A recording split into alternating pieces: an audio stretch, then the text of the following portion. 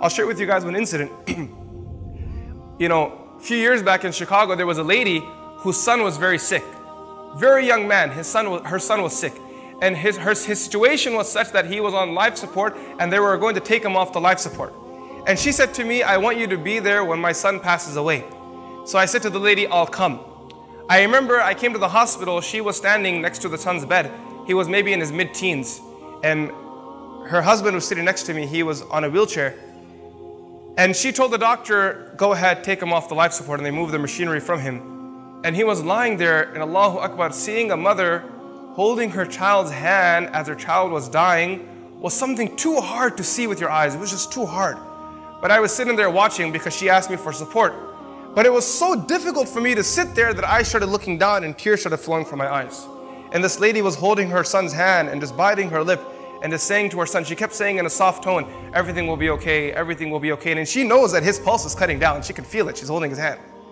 And then she says to the doctor, when the final moments come, let me know. The doctor said to her, these are the final moments now. So Allahu Akbar, this lady, she leaned forward and she kissed her child and she stopped right there.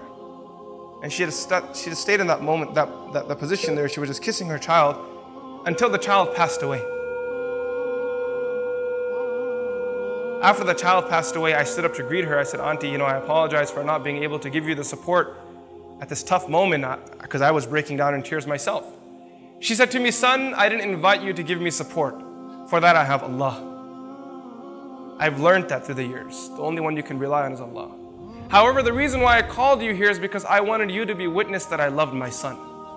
See, a few weeks ago, my son and I had an argument. And he fell ill while we were in the state of that argument.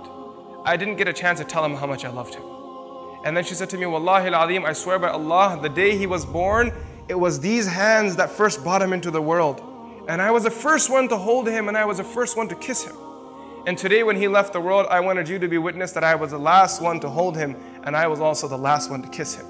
See, sometimes you forget about your connection, the heat of the moment, you get distracted. But can you ever break the relationship of a mother and a child? I mean, this mother is kissing her child after the child is dead. He's gone.